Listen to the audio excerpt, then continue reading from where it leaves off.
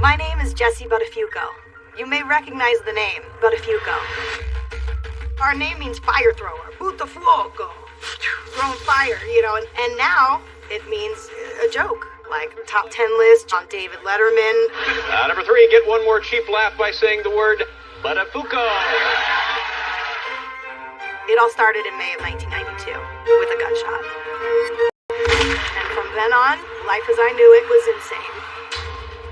You may even recognize the story, but I'm here to tell you, you don't know the real story. There were only 2 people on that step that day, me and her. She was there to kill me. A teenager shows up at a door and she shoots her in the face? What?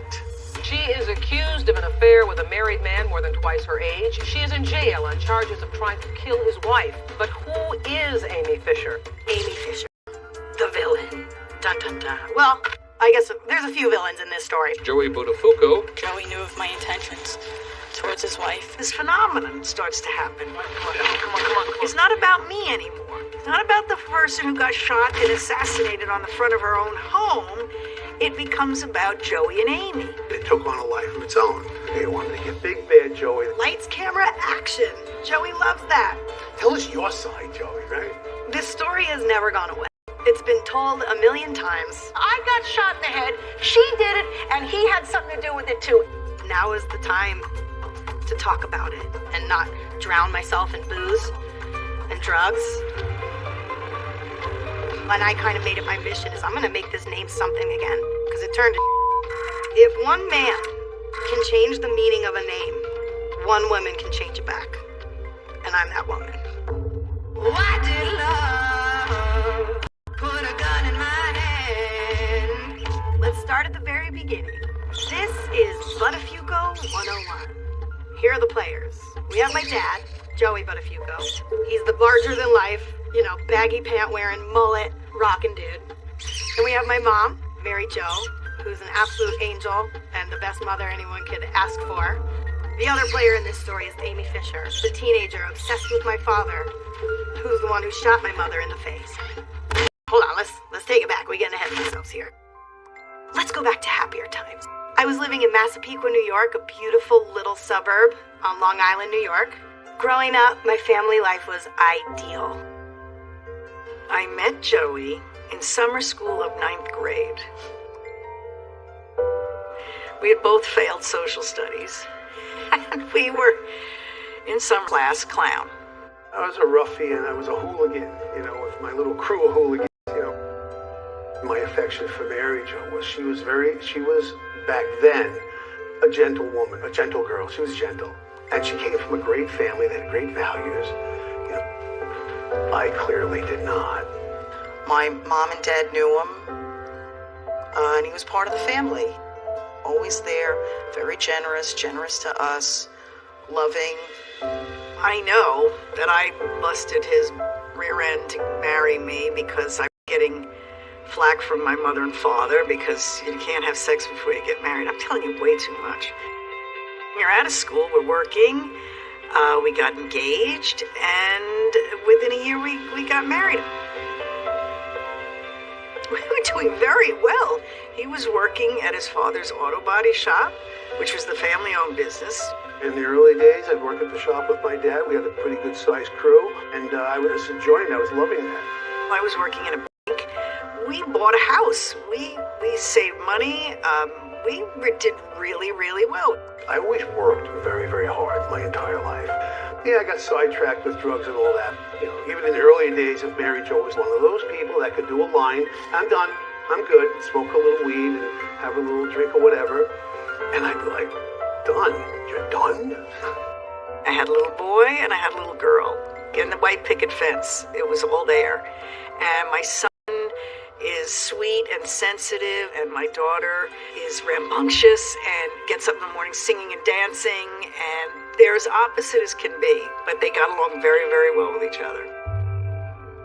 When the time came that it's either the drugs or the family, the drugs had to go as far as I was concerned. But with him, he didn't or couldn't stop. My son was born at that point, and a lot of pressure and stress, and I was still doing cocaine with my friends, living that life, Joe was acting kind of erratic. That's when things got rolling and he went into rehab and things got better. I was born in 1983, moved to Massapequa in 86. Nassau County was the original suburb, really. 5 years ago, this was a vast checkerboard of potato farms on New York's Long Island. It was an outgrowth of 1950s development. You had families that were moving out of Brooklyn and Queens and settling into Nassau County.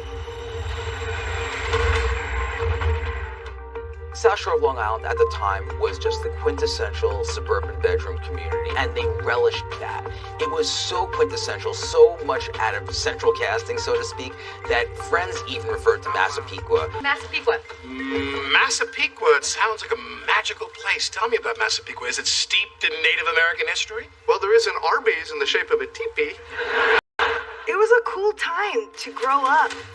The 90s were really happening.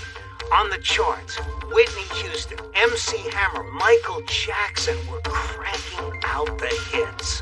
On television, Cheers, Full House, Home Improvement, all of them ratings powerhouses. And then there was tabloid TV. Nearing the peak of its popularity, shows like A Current Affair and Hard Copy, and let's not forget the daytime talk shows hosted by the likes of Oprah Winfrey, Phil Donahue, Maury Povich, and Geraldo. But in suburban Massapequa, New York, life in the Buttafuoco household was comfortable and quiet. That neighborhood was the best. I found my nirvana. I was exactly where I wanted to be. Massapequa was an awesome neighborhood. Now looking back, it was such an ideal way to grow up. Our parents were close by, our sisters and brothers were close by, and the beach club was right next door. It was a great life. I loved it there. To grow up running around all summer with no shoes on and being able to ride your bike throughout the neighborhood and know all your neighbors and give a wave, and no one's door was locked. I think it's fair to say that my dreams were fulfilled at that time. What a beautiful family. Growing up, my father was always the king. I had him on the highest pedestal because he was one of us. He was always getting the neighborhood kids to get into some mischief. He was always the fun dad. Joey was definitely my number one child, for sure. There is a very famous story because half of the beach is involved in it, and Joe was out in the boat, and we could see him coming back from, the canal, coming down the canal, and there was a patrol boat with the light on behind him. We're like, oh, shit. I was like, what now? What the heck did he do? And the police boat is coming alongside. Everybody's like looking, and this chant came up from the beach club. Everybody on the beach, let Joe go! Let Joe go! Let Joe go! Well, needless to say, the guy let Joe go. He didn't give him a ticket or anything.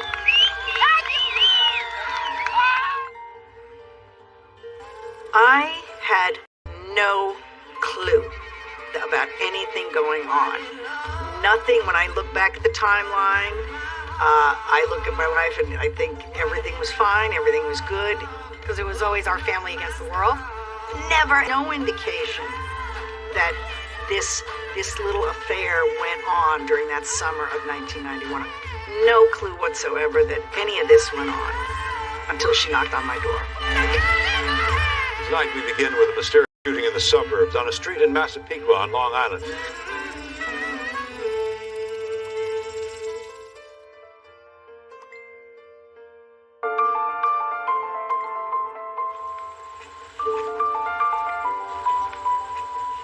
So crazy to think that someone was just, attacked you and tried to murder you right here. Yeah, right? It's, looking at it all and just seeing exactly the proximity and where it all happened. Yeah, and like how the neighbors... Can you imagine the audacity of her to do that? Right? I know.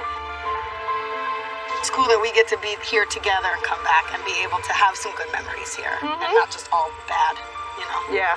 I do miss it, though. Oh, yeah. But Another life ago. yeah. That was a long time ago, and thank God I'm still here to talk about it. Amen. Right?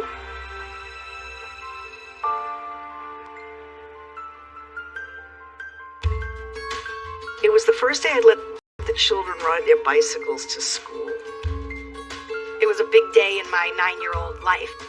Riding your bike to school was like, you made it. And I was in 3rd grade, so I was like, boom, we're set.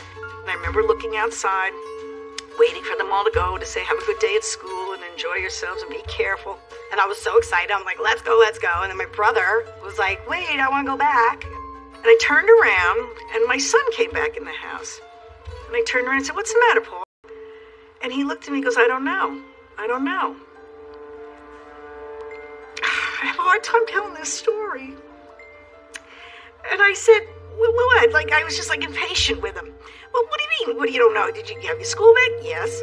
You have your lunch? Yes. Okay, well, go. They're all waiting for you. And he came back again and he said, I don't know. Something's not right. I think he could sense something was wrong with that day. And I said, well, whatever it is, you can tell me about it later. And off he went. He knew something was going to happen to me. So I get my painting clothes on, and I went into the backyard to paint this bench.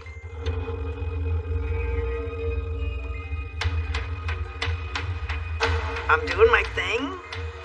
That's when the doorbell rings. And I kind of could look over and see through the house and see this teenager outside in the front. And I started to walk through the house, and I go to the door and I said, what's up? A guy in a car. She says, are you Mrs. Buttafuoco? I'm here to tell you that your husband is having an affair with my little sister. And I said, your little sister? How old are you? And she got a little indignant. She said, I'm 19. You're 19? How old's your little sister? She's 16.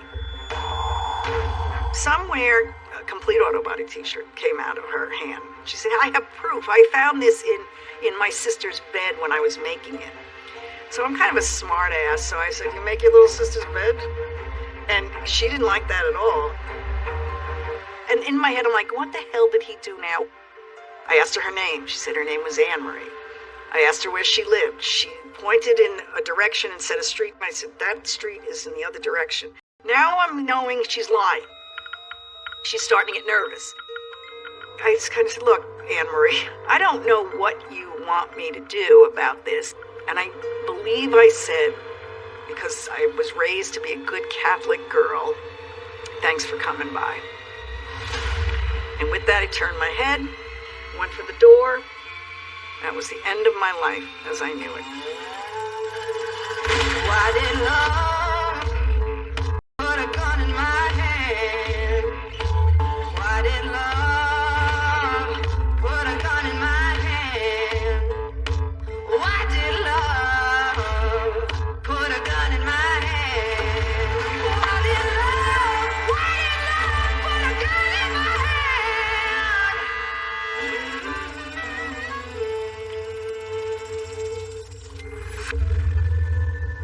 When the gun went off, the next door neighbors heard the shot and came running, immediately called for help. I get a phone call from a neighbor to come home, there's an emergency. I was like, oh, what happened now?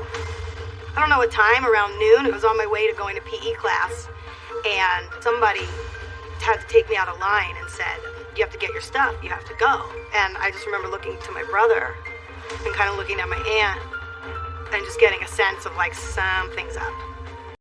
I'm only 8 miles. It only took 15 minutes to get there. I'll never forget that. That was quite a scene. They had everything roped off. And police and people, and it's like stuff you see on TV, you know. But this is real.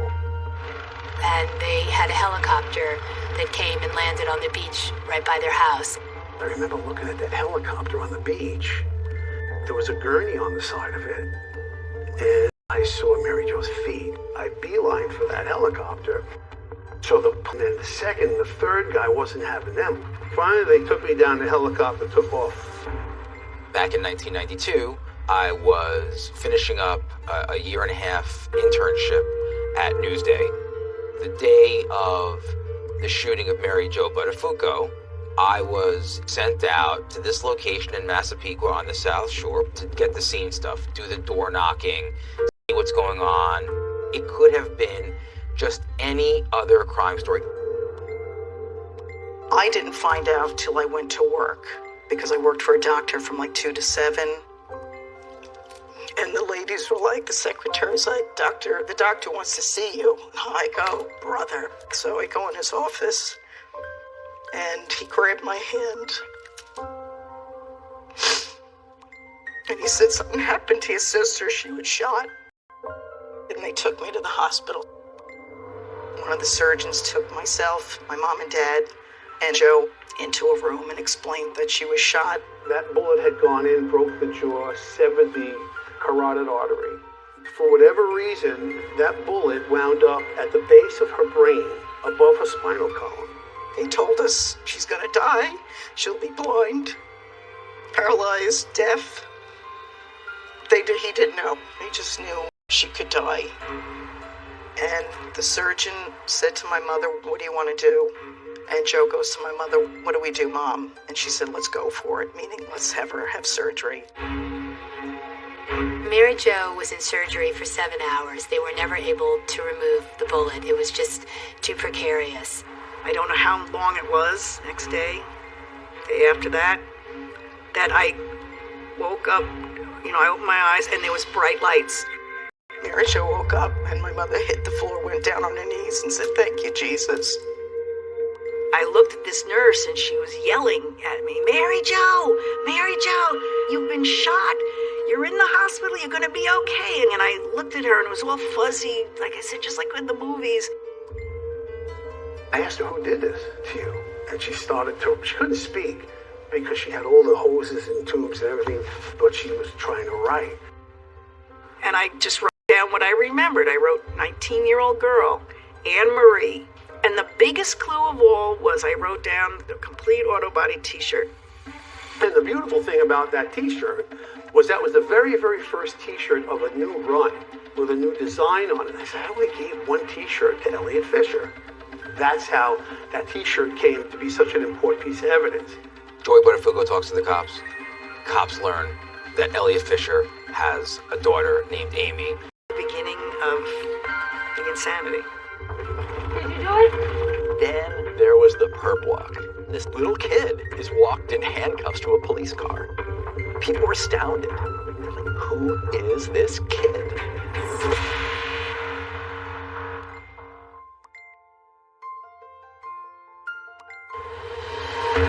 Tonight, mysterious shooting in the suburbs. A woman was shot in the head in front of her house. No suspects, no motive so far. Both neighbors and investigators are asking themselves the same question.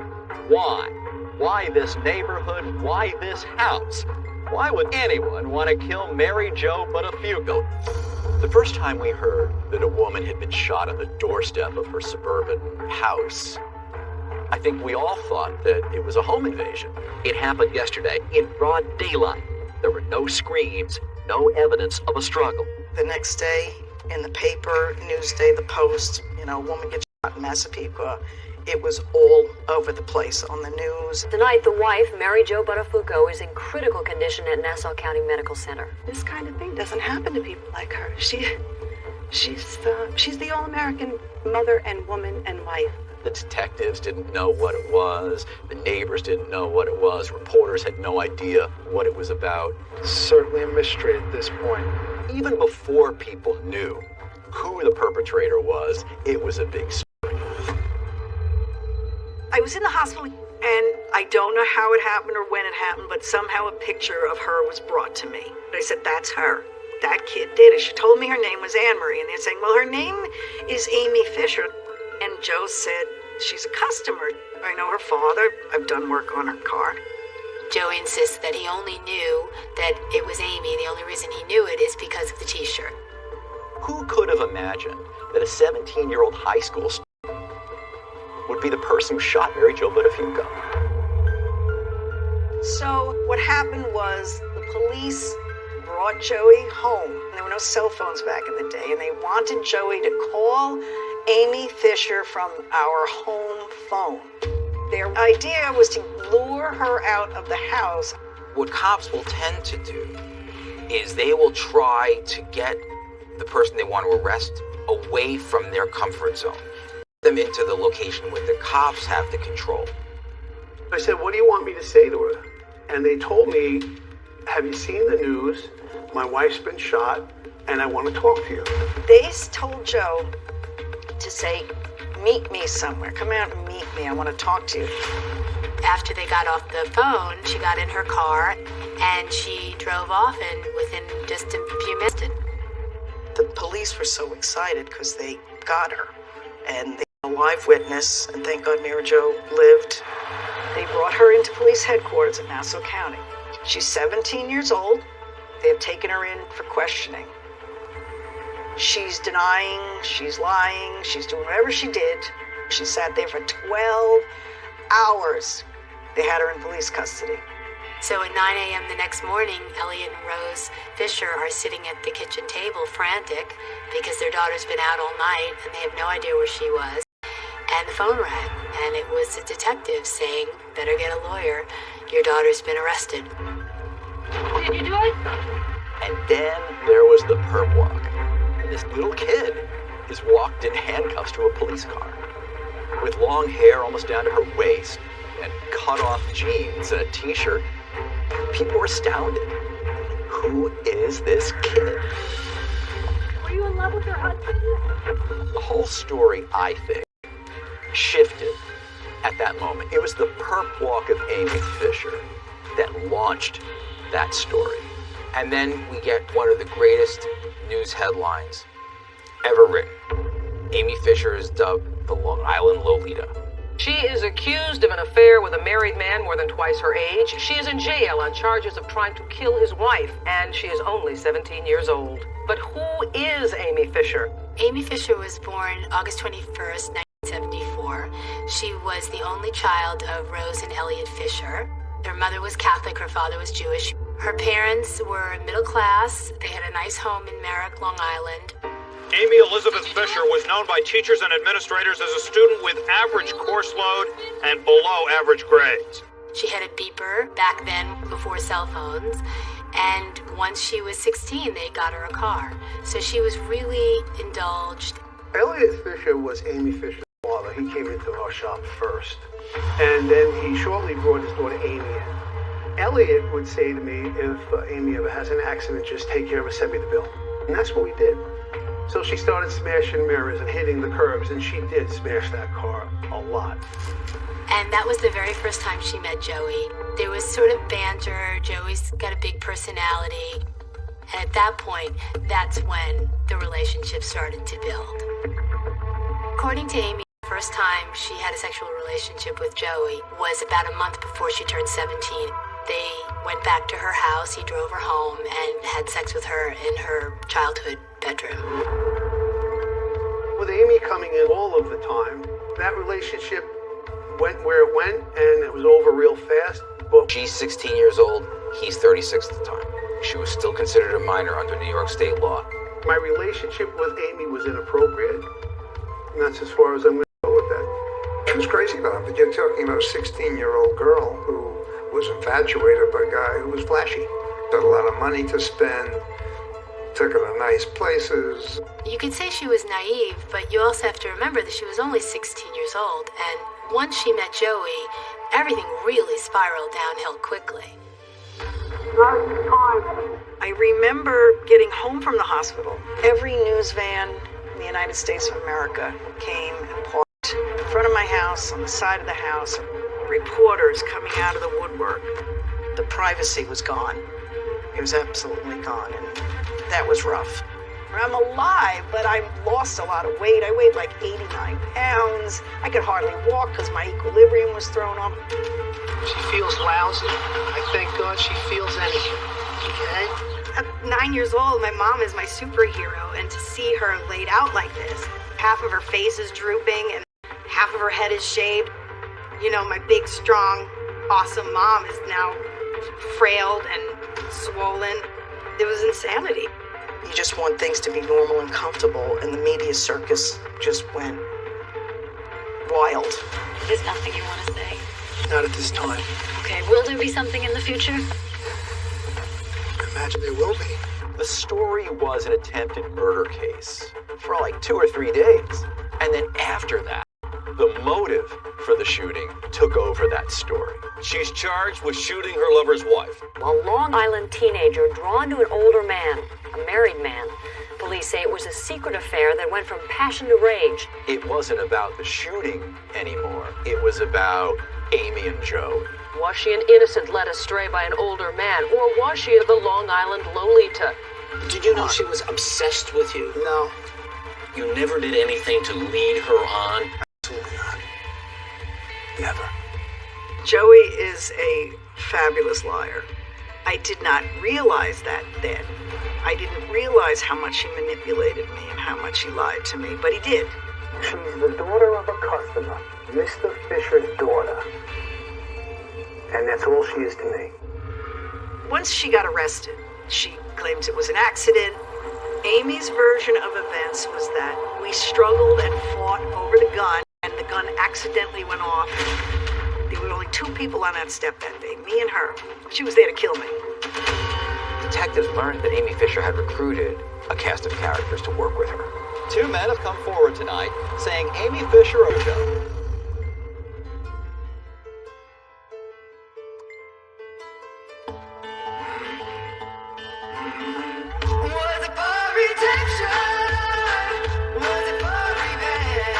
It happened yesterday at about 12 Police say noon Fisher in walked broad up to the daylight. Buttafuoco home No screams, and shot Mary no Jo evidence. once in the head. Amy was identified when Mary Jo awoke from her coma and told police what happened. Who is this kid? How did she get a gun? Why did she shoot Mary Jo Buttafuoco? Amy Fisher, the villain. Dun dun dun. Well, I guess there's a few villains in this story, but she's definitely one of them. Detectives learned that Amy Fisher had recruited a cast of characters to work with her. Young men started coming out of the woodwork, and they said she wanted me to kill that lady.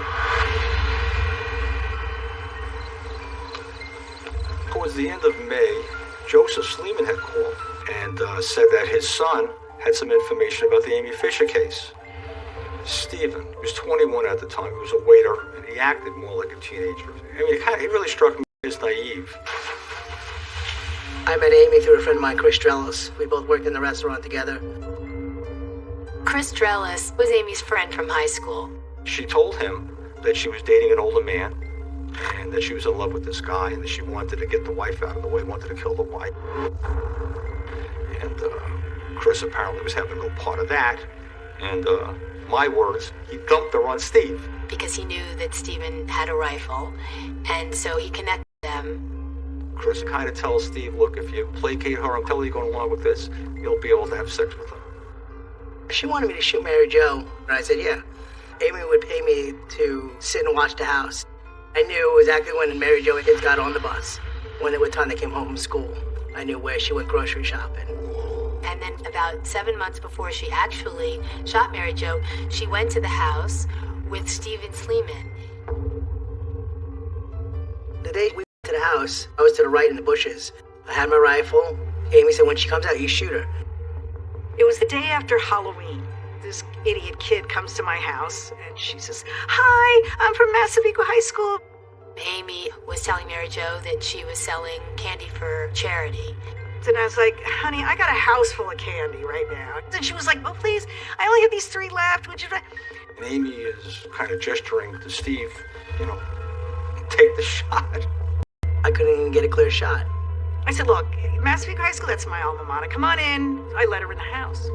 I went to get my wallet, pulled out a $1 bill. Thank you, I'll take the candy bar, and I turned it over, and it says grocery, 59 cents on it. It was a candy bar from the grocery store. I said, son of a you just ripped me off for $1. Amy Fisher comes in the car a few minutes later, just roaring mad, cursing him out. I said, this is crazy, I'm not going to go through with this. Then she went rattling off that she doesn't really need him. Just get me a gun, I'll do it myself if I have to. Stephen Sleeman was very significant because it basically showed that there was premeditation. This is no longer an accidental shooting. This is attempted murder, plain simple.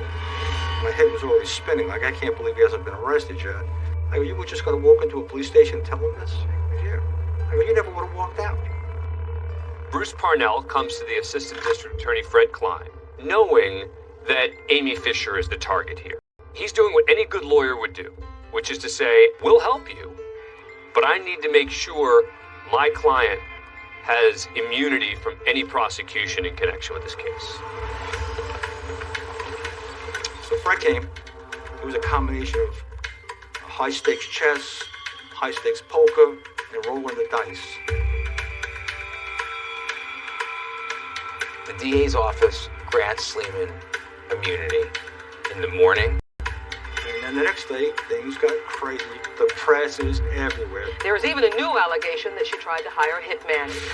It was like a circus. I was followed everywhere. My life was just turned totally upside down. Then, that friend, Chris Trelos, he comes forward after Sleeman to say that Amy had tried to recruit him, in fact, into the crime.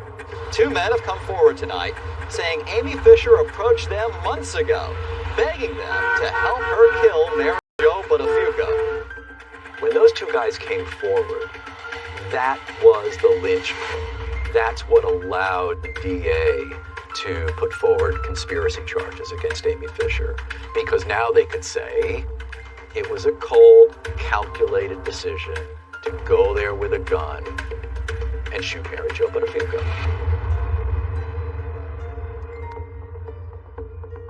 I was home, recuperating, recovering, and the lead detective on the case called me, and he said, Mary Jo, I want you to tell me if you remember somebody coming to your house and selling you candy a few months ago.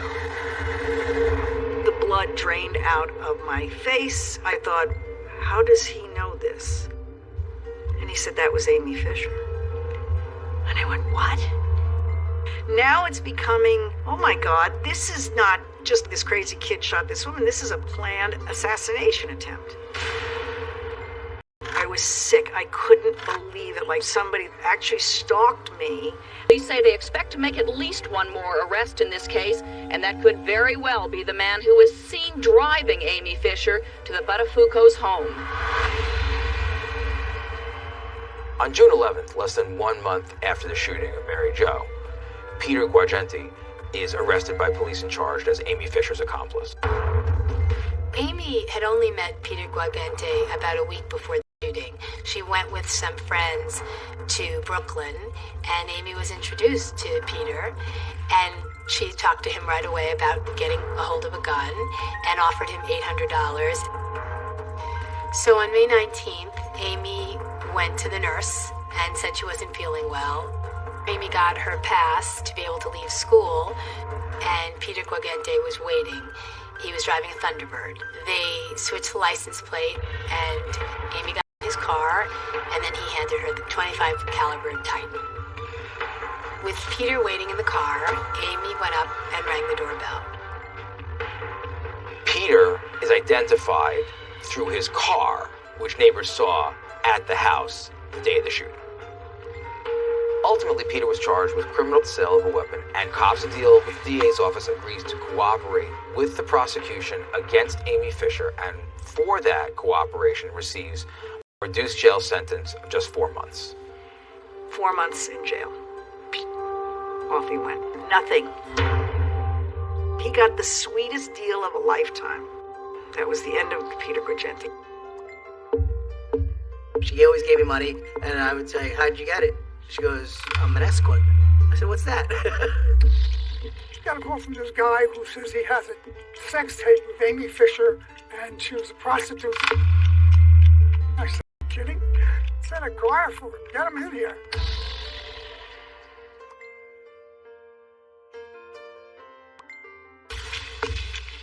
Amy Elizabeth Fisher was known by secret affair that went from passion to rage. Infatuation with They him. say she was alone. A 16-year-old shows up at a door, a wife opens the door, and she shoots her in the face?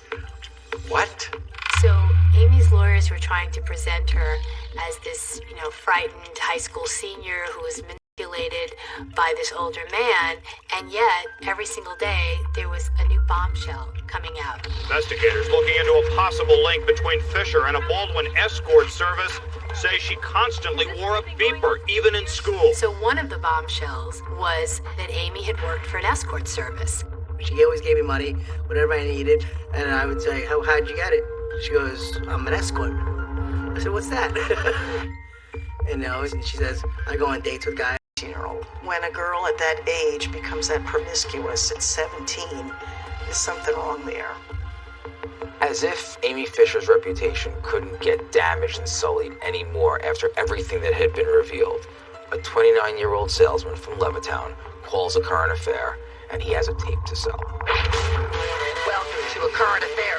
Current affair would cover sex, murder, and really offbeat stuff. This ghost photographer never knows what will develop. So it was tabloid TV. I mean, that's what it was. Well, somebody on the news desk came to me and said, I just got a call from this guy who says he has a sex tape with Amy Fisher. Do we want to talk to him? And I said, you kidding? We sent a car for him. Get him in here. One of her clients had sex with Amy 3 times, he said, and on one of the occasions, he actually set up a hidden camera and taped his encounter with Amy. The tape was every bit what he said it was.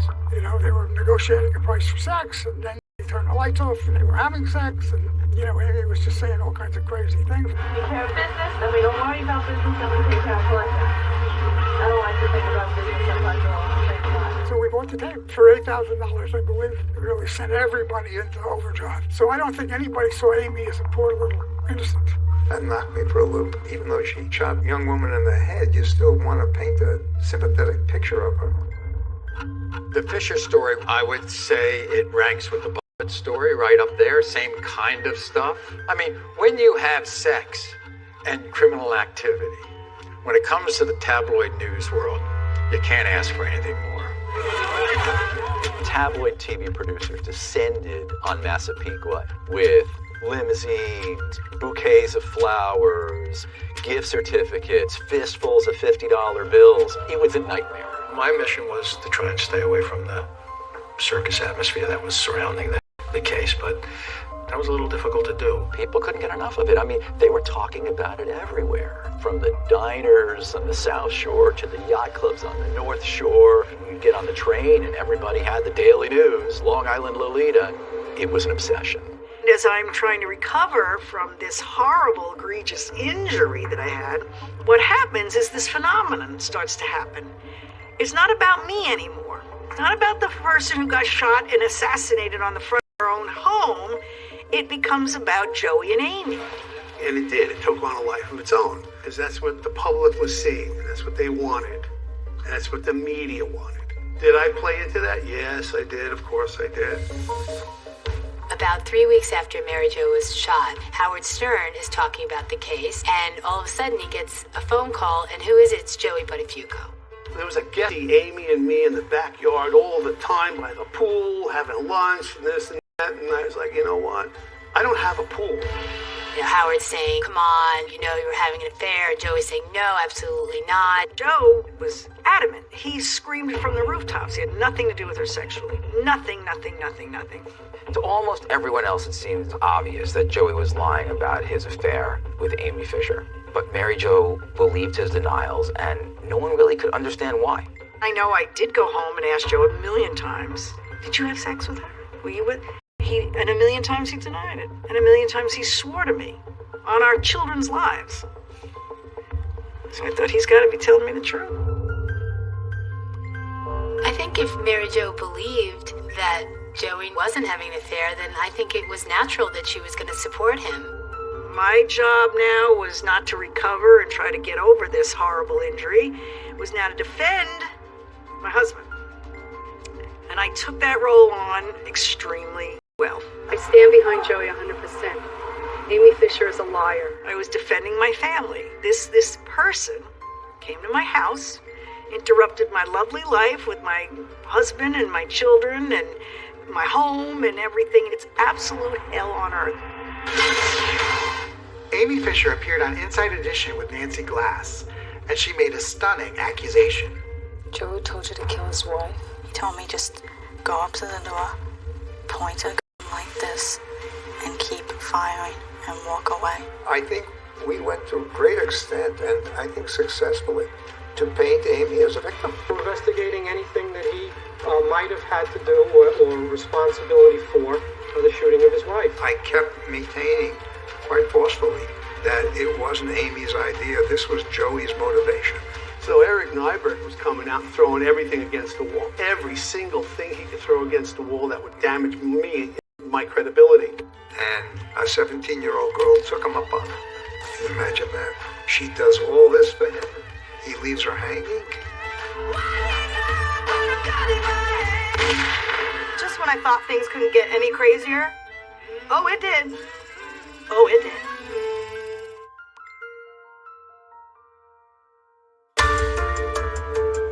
There were only two people on that step that day, me and her. She was there to kill me.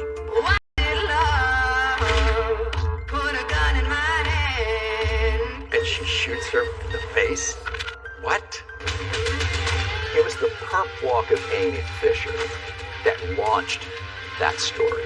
Amy Fisher, the villain. Joey Buttafuoco. It was like it was a freak. It had premeditation, it had obsession, it had love, it had craziness. We always loved each other. How we did. That reunion.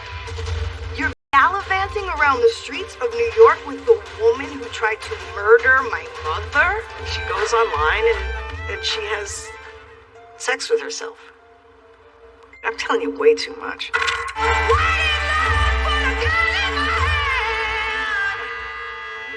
Now, you may think this is an open and shut case. Amy came to my house, she shot my mother in the face, guilty as charged, boom. But not so much. Amy Fisher was composed when she walked into court, but within minutes she was nearly in tears. Amy Fisher was booked, and her bail was set at $2 million, which was exorbitantly high for that time. A lot of people question why that high a bail for a first-time offender at her age. But this was a very serious crime, a B felony, carried up to 25 years at the time in prison. That was a big number. So she had to figure out, and her lawyer had to figure out, what can we possibly do to get her out? Most people post their assets to get bail. Amy didn't have a $100,000 home, but she had a story that was worth $2 million to somebody. Prosecutor Fred Klein angrily suggested that both he and the judge had been duped. So her attorney, Eric Nyberg, actually met with people to sell her life story to raise bail money, and it worked. No mention at all was made about a production company being involved. Klein insisted he might have approved the bail arrangement if he'd known that the premium on that bond was paid in part by a movie company. There was nothing illegal or improper about the way she was released. In fact, it was kind of creative. The Son of Sam laws had been enacted to prevent people either under indictment or convicted criminals from benefiting from telling their stories. That law had been declared unconstitutional some months before this case, so she was able to tell the story. There's no way to deny what happened. Amy is on the doorstep. You have a very, very credible witness that knows who she is, claims that she takes a gun out, and you have a gunshot wound. So you're looking now to put something together that's going to impress the prosecution, which is what I did. And one of the things I had to work with was their dislike for Mr. Buttafuoco. Police wanted to see it their way. They wanted to get Big Bad Joey. He was the big cheese here. Let's get the big one. They wanted to prosecute the guy. And the only way they could do it is through Amy. So behind my back, they cut out a plea deal. And I remember when they called me into the district attorney's, Red Klein, he sat me down and said, you know, Mary Jo, we've decided. I was furious. This morning, as expected, Amy Fisher pleaded guilty to assault charges, reduced charges down from attempted murder. From the prosecutor's perspective, they were getting a guilty plea on a crime that had the same sentencing range as the one they were going to charge her with anyway. They get her to plead guilty. From the prosecutor's perspective, that's a win. Is there any question in your mind to whether you wish to plead guilty? No, Your Honor. You know, this was not an assault. That was it. I had no say in anything. My family was furious. We were all furious. Your Honor, the truth is, I did something that was so awful and I wish I could take it back. It's also the truth. I had an affair with a married man. It was so tense in that courtroom because that was the first time the two of them had come face to face since they were face to face on Mary Jo's doorstep. Think about Mary Jo Buttafuoco at that point. The bullet is still lodged in her neck. She's partially disfigured, partially paralyzed, and now Amy Fisher is saying, I had an affair with Joey. Also the truth that Joey knew of my intentions towards his wife, and he encouraged me. These things, Your Honor, they are all true. They are facts. Yeah, that twisted the knife. It was the last thing she wanted to hear. Mary Jo Buttafuoco read to the judge a letter from her 9-year-old daughter, Jessica. So this is an excerpt from a letter that I had written to the judge for Amy's sentencing. My mom read it out loud in the court. Please make Amy Fisher stay in jail for a very long time so she can't hurt my mom again. My daddy, brother, Paul, and I love her very much. Thank you. Sincerely, Jessica Buttafuoco. For some people, you have become a media celebrity. But to this court, you are no celebrity. In the eyes of this court, you are a tragedy and disgrace. Amy received a sentence 5 to 15, which means she would be eligible for parole after 5 years.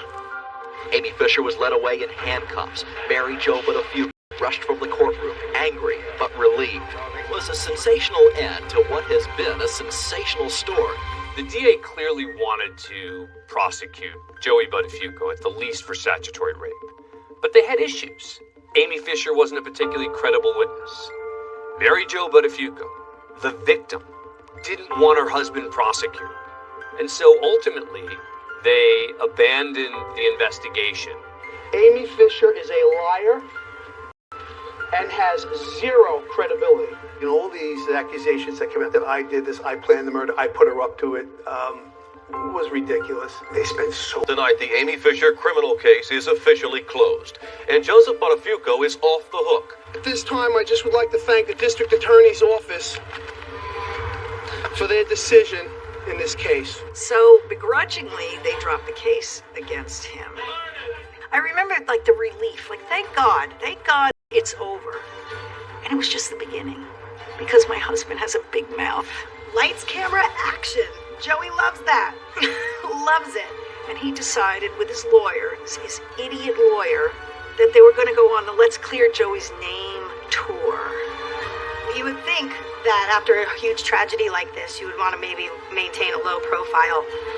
But no, that didn't happen.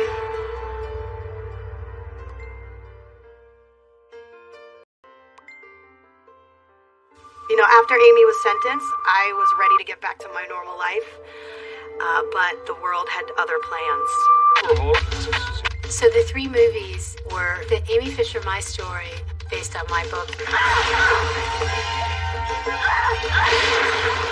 and then Casualties of Love, and that one starred Alyssa Milano as Amy. The 3rd movie was ABC's version of the Amy Fisher story. Whatever Amy wants, Amy gets. And that one starred Drew Barrymore. There were 3 made-for-TV movies? The story kept cloning itself. Each day got crazier and crazier. I couldn't believe this. You know, a month earlier, I'm a housewife from Long Island, and now I'm national news. When I first went on in 1991, oh my gosh, there had to be 7 or 8 daytime talk shows. We had Phil Donahue, Oprah, Geraldo Rivera, Joan Rivers, Jenny Jones. We had myself. Many of these shows were courting us. It was a staple of television, and we all coexisted because there was enough of an audience. And yet at the same time, we were very competitive. Donahue calls, promising the world, come on, tell us your story. Tell us your side, Joey, right? I thought, okay, this is a good chance for me to tell my side. My dad loved it, and I think my mom hated it, but went along with it because she didn't know any better, and she didn't know she could say no. So we get on Donahue, and it started out not so great, and it got real bad real fast. From a woman to a woman, I just want to say, wake up. And it was an ambush. It was an absolute ambush. I sat there like a deer in the headlights. If it looks like a snake, talks like a snake, and walks like a snake, Mary Jo. It was 6 months after I've got a bullet in my head. I'm being lambasted because I'm sticking with my husband and he's a liar. I'm not pretending to be a tough guy, but I wanted to punch him right in his nose. One of the biggest regrets of my life is that I did not get up and tell Phil Donahue to go himself. Joey's lawyer didn't think that was enough. He says now we got to go on Larry King. I've got a bullet in my head. I'm sick as a dog. I'm on all kinds of medications for anxiety and pain, and my lawyer's yelling at me. You've got to do this. You've got to do this. Nobody badgers Mary Jo into doing anything. She does whatever her mind tells her to do. Joey went off on the Clear Joey's Name tour. She's the daughter of a customer, Mr. Fisher's daughter. And that's all she is to me. And he wound up getting himself indicted. Had Joey, when he was being represented by Kornberg, not opened his mouth, he never would have been arrested. He was constantly goading the media and making statements to the point where people were coming forward. The person that ended up coming forward was an employee at the auto body shop, and he came forward on Geraldo. Did he ever mention a young lady by the name of Amy Fisher to you, George? He told me that he made love to her several times. When I asked how old she was, he admitted that she was 16 years old. With all of this information coming out and the witness coming forward, the DA's hand is forced to charge Joey with statutory rape. So they came up with a 19-count indictment against him. The Buttafuoco indictment charges him with 6 counts of statutory rape, 12 counts of sodomy, and a single count of endangering the welfare of a child. I don't think the public would have been satisfied. After a while, they had to charge Joey. It would have looked like a mockery if they hadn't. I went to Dominic and I said, Dominic, I just want to end this. I need to end this. He says, let me see what I can do. So he met with the judge and he met with everybody and made a deal. On New York's Long Island today, another sad chapter in the story of Amy Fisher and her one-time lover, Joey Buttafuoco. He was in court today to be sentenced for statutory rape, having sex with someone under the legal age. I will never forget, it was like a roar, like this, like here he is kind of thing. It was an odd noise, like people were cheering for him in a weird way. When this relationship began, I was not just a 16-year-old teenager taken to bed by a man who was twice my age. I was a 16-year-old teenager showing a world I was not ready for. You can save your face or you can save your butt, but you can't save them both at the same time. So what do? In the beginning, I saved my face. My butt was on that grill for a long time. And then I just surrendered to it. Greg, the judge threw a plea bargain. 6 months in jail, a $5,000 fine, and 5 years probation. I'm glad I took the plea because I'd rather be here dealing with this than inside trying to get out.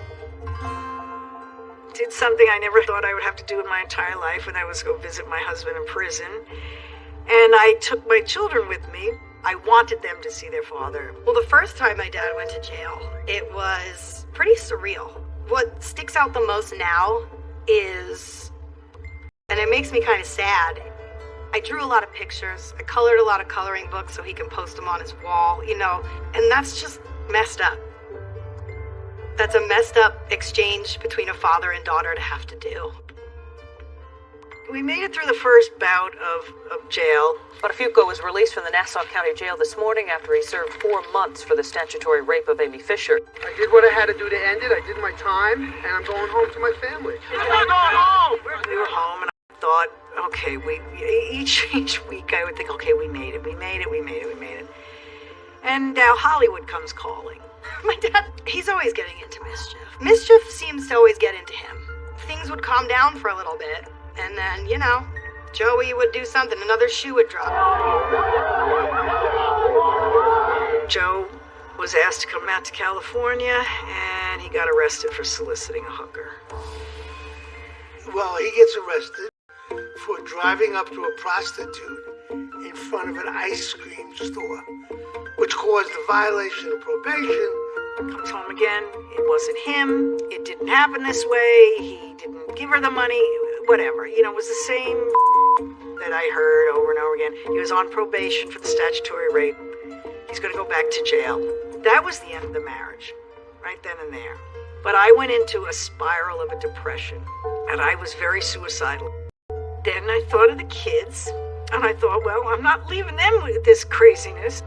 I'll put them in the car, and I will asphyxiate the 3 of us. I'm just done. I've had it. I can't do this anymore.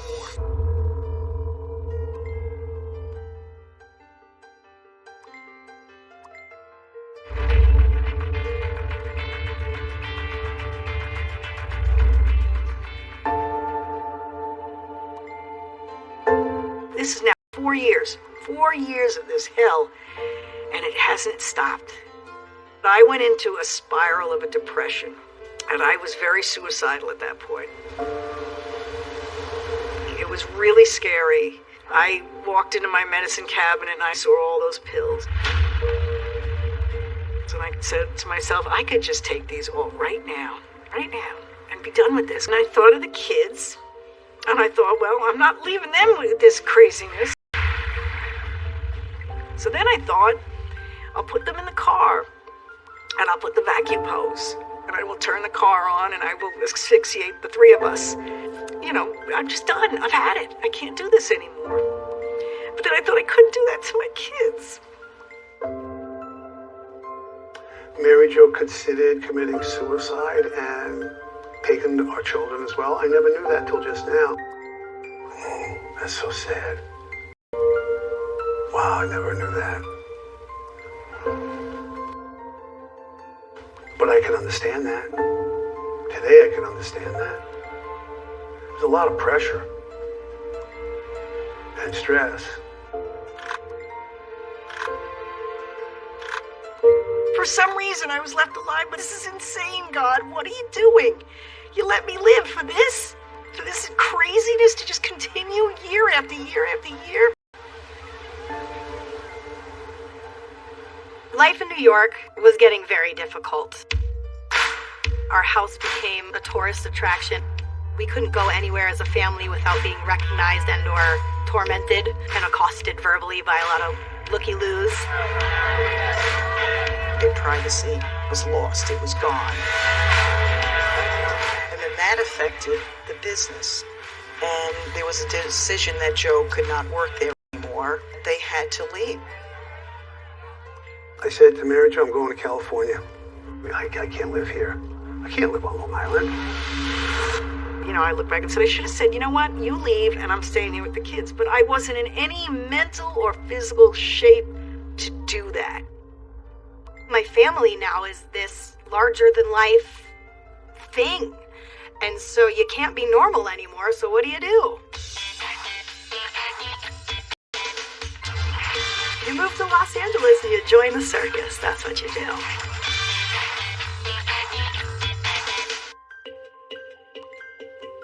So I was out in California. That's when I realized I've got a really bad drug problem. I couldn't function without them. There was no opioid crisis back then, and nobody said no to a lady with a bullet in her head.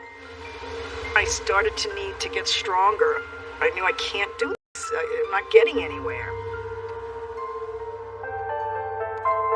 Mary Jo calls me and she says to me, I want to go to Betty Ford. I said, go. She said, I have no money. I said, Mary Jo, I got you $3 million. She says, well, we don't have it, Joey lost it in some bad investment. I said, okay, American Express card. All right, Mary Jo? She said, you're going to do that for me? I said, why not? And I will be forever grateful to Dominic Barbara. He gave me the gift of sobriety by getting me into the Betty Ford Center. And it was there I started to learn that I had anger that I wasn't even really aware of that I had. That's what drove the pills and the alcohol and the anger, because I hated her. And it festered. I only saw the rage and anger towards Amy, but she misplaced the anger. I think it should have been Joey. So between physically getting off the medication and then the counseling that I got, it made me stronger. It made me come home and realize, okay, you know, I've got to try and fix what I can fix. I can't fix him. I can only fix me.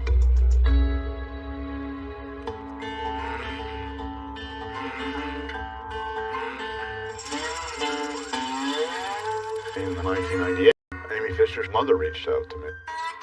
They were 5 years into the sentence, and the DA's office recommended that she not be released on parole. In other words, parole was denied.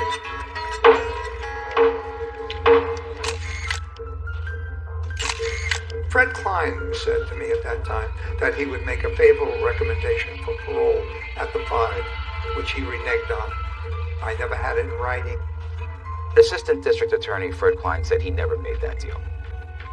I knew that the plea wouldn't get vacated unless Mary Jo Buttafuoco went along. Amy was looking for forgiveness because her mother said to me, "What do I have to do to get Mary Jo to help us?" Try a letter. And the letter was written. I'm not sure if you'll ever believe that I'm sorry for what I did to you. That anger wasn't for you, and I know now that what I did to you is the worst thing one human being can do to another. Mary Jo was critical to getting Amy out early. At the time, I wanted to believe that she had learned her lesson. Amy Fisher has been granted parole after spending nearly 7 years in prison for shooting Mary Jo Buttafuoco. She's full of in 27 years, she hasn't done one thing, not one thing, to rectify that to any of us. And I realize now this was all just a ploy to get out of parole.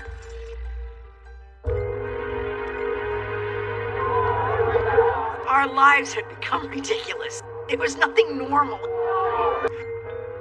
I was derailed. You know, if it wasn't drugs, then it would be women, you know. That's all I can really say about that. I wasn't in love with him anymore. It was this child that just wouldn't grow up. And all the reasons that kept me in that marriage were gone. I was sober, and our children were adults. I just went in a different direction. And so I told him I think we should separate. He didn't argue with me. I was devastated. Devastated. It was like a kick to my stomach. I think I got really mad. It's like after all we've been through, now y'all are giving up. You know, it's us against the world, and now this is falling apart. So now what? So Mary Jo and Joey divorce. Amy Fisher gets married and has a family. So just when you think this is finally over, Joey Buttafuoco finds a way that he thinks he's going to be able to cash in on the scandal that almost killed his wife on The Insider. Are you in love? It had every impropriety imaginable. Sex, violence, you name it. Joey, show us some love. Take a kiss. And I just remember being so pissed. After the shooting, there was 0 degree of normalcy. That's all I wanted. All I wanted was to be normal. But it was a rough time. They were good kids. You know, they had problems and issues from all of this. I was thinking straight as I could, given the moment and given everything that was going on. But for my children, it wasn't easy for them either. They were at that age of hanging out with their friends and wanting to drink and smoke and, you know, get into whatever they needed to get into. And so I got big into cocaine because it made me feel like the queen. And I experienced eating disorders from it. I suffer from alcoholism.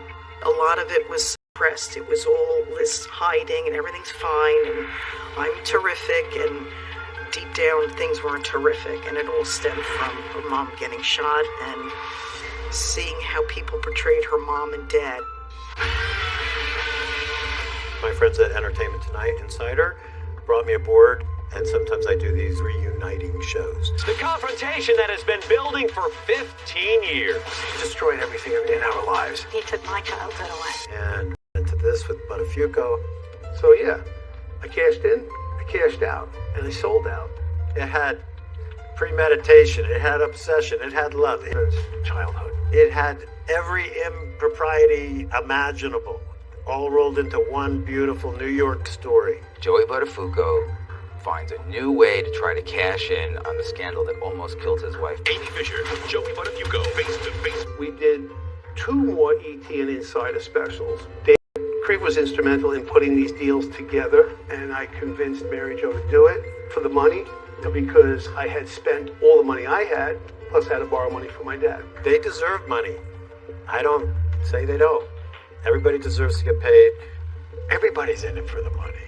You're doing a television show on this period of time. You're looking for good ratings. If it takes some people to paper a product with money, you're going to do it. I was making off offer that I couldn't refuse. I couldn't work anywhere. I couldn't even work at my own family's business. I was going to support my family. I'm going to feed those little birds, right? I turned that into a business.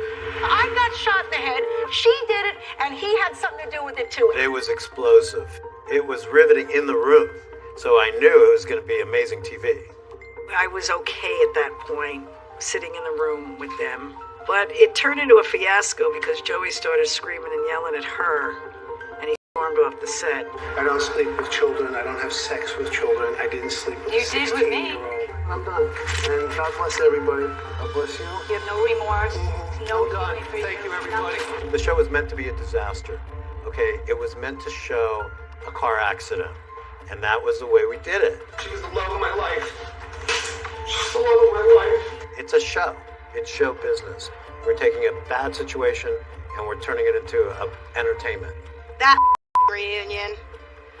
I didn't talk to my father for a solid year after that. The producers who even put that together in the first place. It was a disaster. It was disgusting. And I was like, listen, Dad, my life is hard enough already. I'm in college. I'm trying to figure out who I am. I'm in the height of my drinking, drugging, and eating disorders. I purposely didn't involve any of Joey's kids. I tried my hardest to protect everybody involved. Like many things in my life, I found out the hard way on TV. We pushed the envelope pretty far on one of the last ones where I pretended to be romantically involved. This is how insane I was. Romantically involved with Amy, which we were. We always loved each other. Oh, we did. We did. And I just remember being so pissed. And just being like, are you kidding me? You're gallivanting around the streets of New York with the woman who tried to murder my mother? Every show is exploiting something. We're all taking something that happened and exploiting it. This is not a fight that up. This should not be happening. I think shows, whether they're tabloid shows or not, we never pause to reflect on the damage the story has done to so many people. Because of what Amy Fisher did to my mother, she looks in the mirror every day and is reminded what happened to her because her face doesn't work. And I pitched to the Oprah people and said, hey, can you guys help me give her a life lift? So we went on Oprah. So tell us specifically what physical damage you were still living with. The bullet went in the side of my head, right here by the ear. 15 years ago, I walked into the house and my wife had been watching the Oprah Winfrey Show. I go to brush teeth every morning and I can't hold my mouth. I can't rinse my mouth and spit. I have to hold my mouth shut. She saw this segment about Mary Jo and how she had been suffering from facial paralysis. Yeah. This is 37 years old and this is 50. She's like, this is someone you can help. We gotta somehow get you two connected. We contacted Oprah, and Mary Jo came in and saw me. And we connected, like, literally right away. My first meeting with Dr. Azizadeh was fantastic. He said, I can do something for you. I can help this paralysis that you have, and I have ways to help bring your symmetry back to your face. The crux of the surgery was to really even out her face, suspend the drooping corner of her mouth to help her not have drooling as much and difficulty in her speech. And we proceeded in doing that. When we went to the Oprah Winfrey Show for the reveal, Please welcome Mary Jo Buttafuoco. it was pretty spectacular because she looked amazing. I think Oprah thought she looked amazing. Well, how do you like the result? I love the result. Yeah. The bandages came off, and I looked in the mirror, and I looked like the way I used to look. And I started to cry, and my kids started to cry, and it was just terrific, and I was just so happy and so grateful. I was like on cloud nine for a long time. Mary Jo was finally putting the pain of her past behind her, but she didn't realize that there were still secrets yet to be revealed, including an earlier attempt on her life. There it is. There it is. We had a bullet come through the window.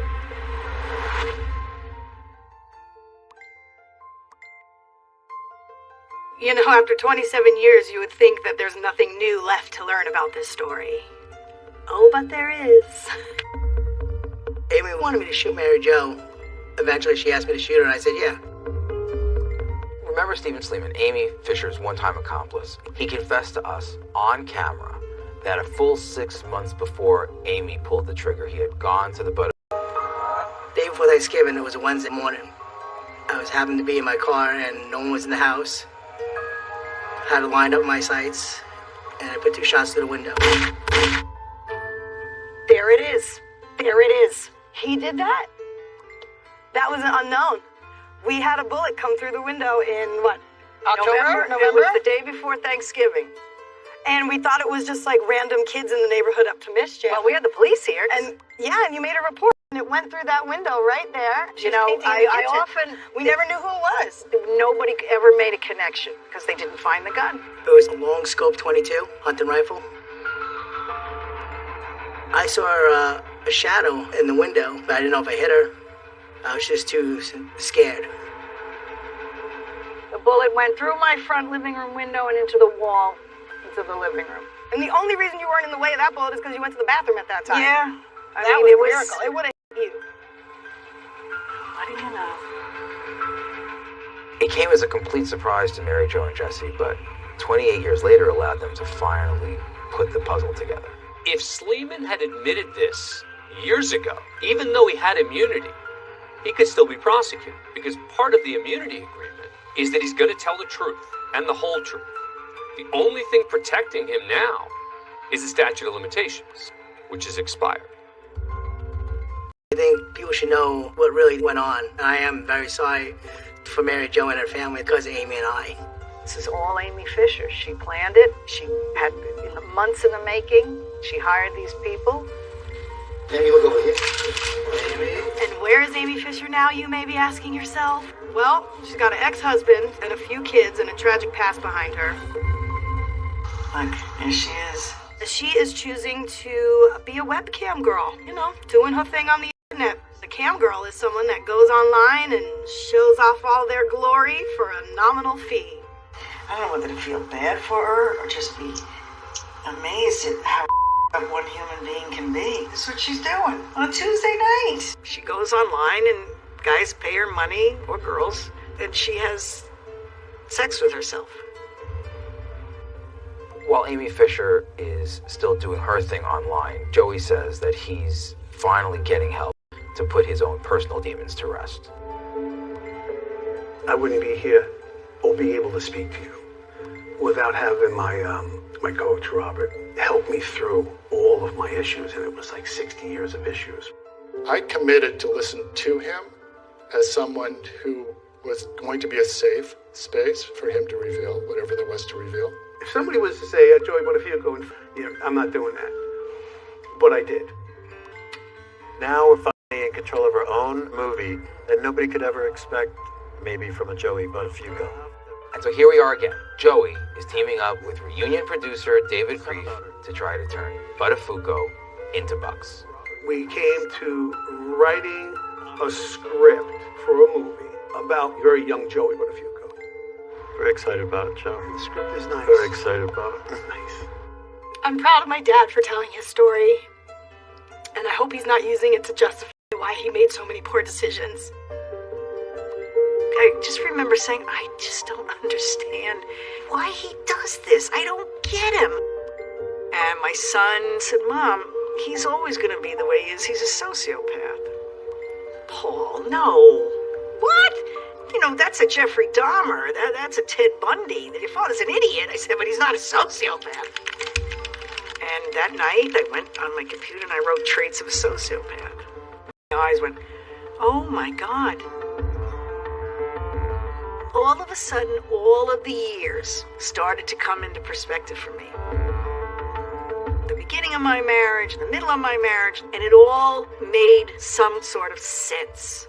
If you needed an angle to sell a book, could you have done anything else except saying your husband's a sociopath? I don't know. It's just, I don't know what to say about that. I've just been fed BS by him my whole life.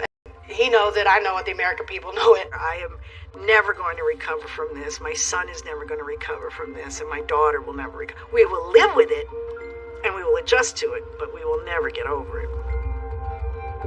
And despite the fact this story just never seems to end, there is still one Buttafuoco you haven't heard from who refuses to stand in the spotlight.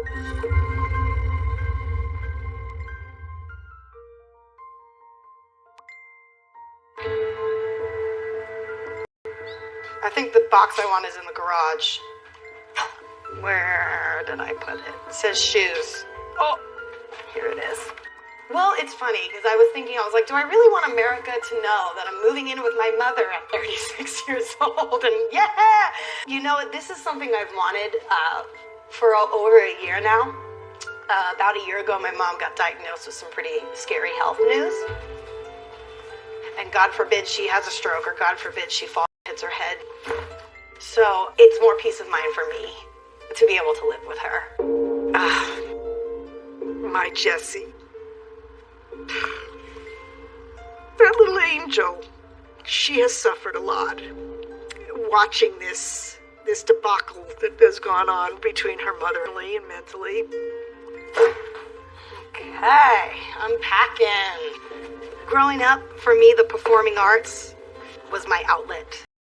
When I was on stage, I was a character. I wasn't Jessie Buttafuoco, and it was so nice to get out of that reality. And so now as an adult, I produce children's theater. If you can hear me go, Scooby-Doo! And I run after-school theater programs as a way to give back. Because for me, that was such an important space to grow, to feel safe and protected. My friends call me Showtime sometimes because I can be on and I can make you laugh and I can make you happy and smile, but you know, the real me inside is hurting, is in pain, and is just trying to figure out life. I feel guilty sometimes because of what happened to me, because she seems to be lost a lot. You know, my mothering skills, I wasn't available. I just wasn't as available as I would have liked to have been. What makes me the most sad, to be honest, is my complete inability to be able to love somebody because of all this. Since I'm 9 years old, all I've known is that sex and love and intimacy leads to bad things. It's extremely hard for me to even think that love exists. It's really hard to change. Is that I missed out on that. That's one of the walls that she has put up. I wish she could knock down. I can't console Jessica on that she feels she cannot be loved by others. I love my daughter more than anybody on the planet. You're just like your dad. But she's the best part of her dad. That's what I loved in her father is what she is a lot of. For the first time in my whole life, just a few months ago, he said, I understand that actions have consequences now. I love that Jessica said that to me. And I go, oh, now you get it. Okay, 62, okay. Our son, he wouldn't touch any of this with a 10-foot pole. Doesn't go by his last name. And I get it, that's fine. So you have Jessie on the one hand, she wants to reclaim the Buttafuoco name and wear it proudly, but on the other hand, her brother absolutely refuses to use it. I use my credit card. Oh, any relation to Joey? Any relation. I hate that just because someone has an opinion about it means I have to change my name. I'm going to change other people's opinions about it. Jessica told me that she wants to rescue the name Buttafuoco, and I give her a lot of credit for that. Oh, I'm definitely on my journey. I know I'm probably going to look at this interview